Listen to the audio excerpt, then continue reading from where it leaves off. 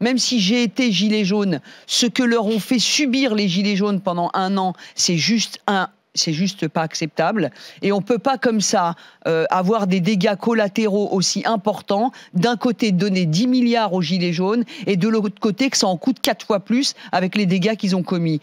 Moi, monsieur Hanage, je travaille 20 heures par jour. Je travaille tous les jours. Je ne demande rien à personne. Je paye toutes mes charges. Alors pourquoi on va m'empêcher de travailler? Il y a eu le problème avec les gilets jaunes. J'ai perdu de l'argent avec les gilets jaunes. Ça recommence encore aujourd'hui. Et là, sur la fin de la semaine, ça va être comment?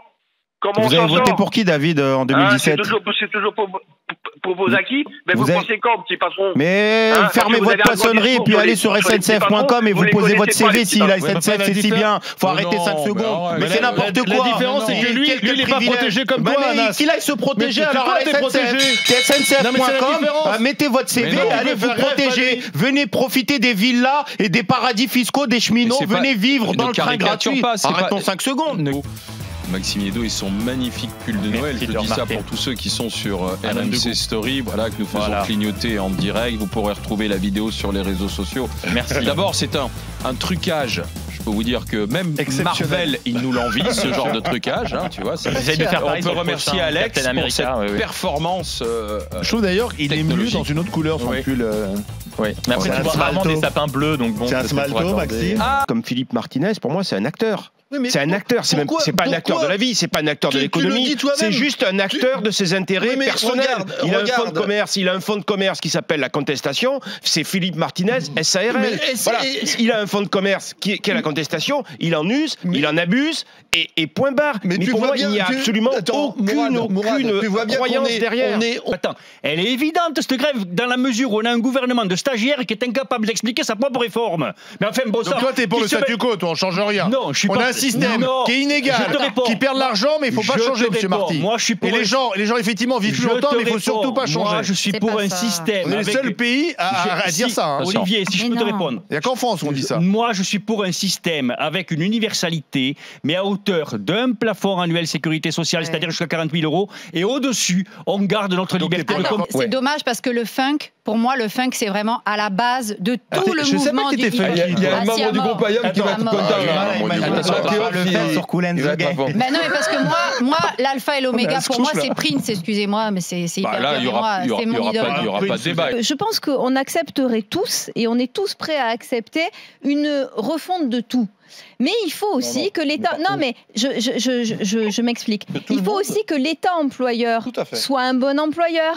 Il faut aussi, comme disait Sabrina, que l'État gestionnaire soit un bon père de famille. Il faut aussi tout ça. C'est-à-dire qu'avant de donner des leçons aux gens, il faut que tu balayes devant ta porte. Et on a tous le sentiment que ce gouvernement n'a balayé devant aucune porte et surtout pas la sienne. Non, parce que là, tu as un discours de médiocrité qui m'énerve envers les Français. Si, c'est un discours de médiocrité. Tu comprends complètement à côté ce que je suis en train de dire. Je suis en train d'analyser la campagne de Macron. Je suis en train de te parler de moi. Quelque part, pas toi, mais peut-être que tu es en train de dire qu'en fait, qu'il y a une partie des Français qui n'est pas capable de se retrousser les manches et d'y arriver. Il faut lui donner les moyens de se retrousser les manches. Pour l'instant, tu l'avais entendu tout à l'heure, notre auditrice qui était agent EDF. Elle n'a pas les moyens. Si, mais elle aimerait bien pouvoir faire mieux, pouvoir faire plus, mais elle n'y arrive pas. Parce qu'elle paie des impôts, parce qu'elle paie des cotisations.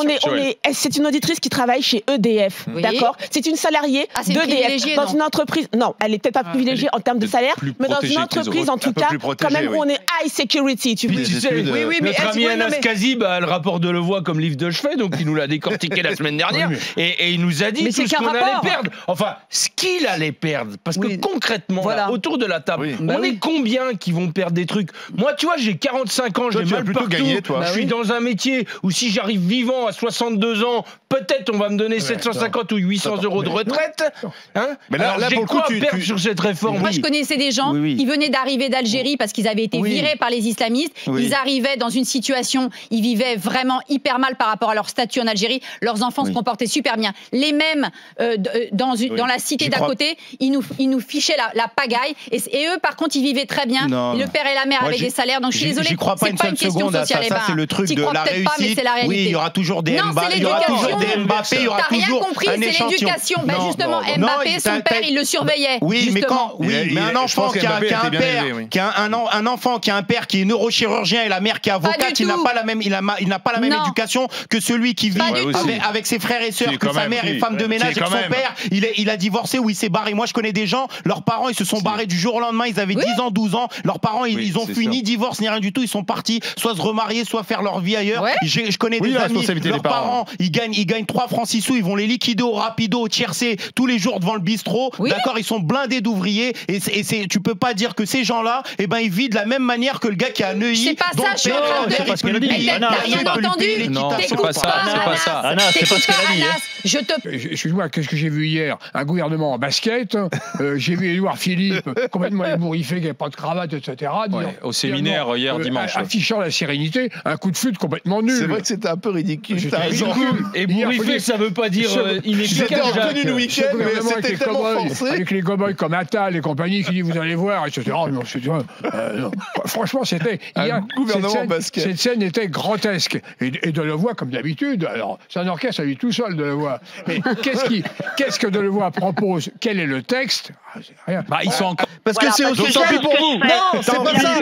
Non, c'est pas ça la question. Non, c'est pas ça la question. C'est que moi je sais ce que moi c'était le boulot de mon père. Je sais ce que c'est de faire ce genre de boulot et je sais la fatigue que ça met. Par exemple, mon père, c'était un associable total. Dès qu'un mec lui disait un truc, il lui foutait sur la gueule. Etienne, t'as rien compris. Elle a un petit chef au-dessus d'elle qui s'appelle le chiffre d'affaires obligatoire à faire. Tu me le fais à chaque fois. Sinon, elle dépose. Moi, je te dis que. Tu poses la question cheminot, ça? Non, mais oui, exactement. Non, mais c'est la même chose. Vous savez que dans la loi anti-casseurs, il était prévu effectivement que les préfets puissent ordonner un contrôle judiciaire ponctuel ou du moins l'assignation à domicile. Ça a été rejeté.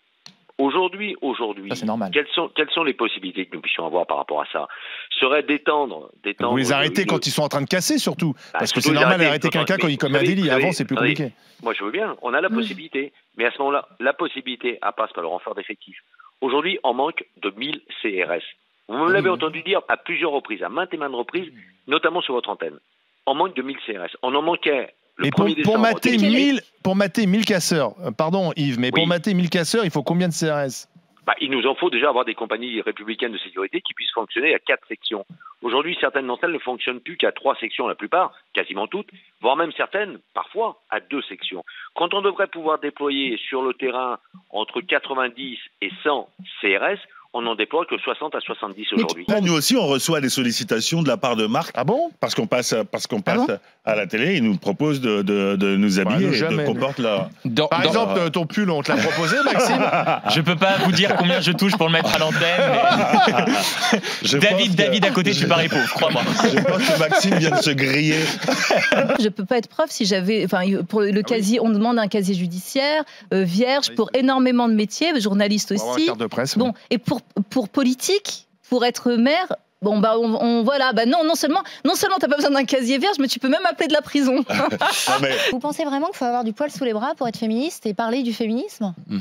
Moi, il y a quelque chose qui me choque dans cette histoire, c'est que nous avons 30 finalistes, 30 jeunes femmes que vous verrez sur le plateau le 14 décembre. Que l'on n'a pas forcé, oui. Et plusieurs milliers de jeunes femmes qui se sont présentées à ces concours dans l'année. Pour moi, la définition du féminisme, c'est l'égalité homme-femme, développer la place de la femme dans la société et surtout lui laisser le choix aux femmes. Ces jeunes femmes, elles ont fait un choix. Elles font le choix de se soumettre à un vote des téléspectateurs, certes en maillot, mais également suite à une prise de parole au micro. Et en fait, on voudrait piétiner ce choix. Pour moi, ça va à l'encontre même du féminisme. C'est le seul pays au monde qui existe où il n'y ait pas de service minimum. Je considère que c'est une atteinte immense, si vous voulez, aux droits des gens. Ça, c'est le courage des politiques. Et moi, je vais vous dire quelque chose. Le principal blocage, pour moi, dans ma tête, c'est pas le blocage, justement, auquel arrive Monsieur Martinez et ses sbires. C'est le blocage intellectuel de nombreux Français qui acceptent cette situation que je n'accepte pas.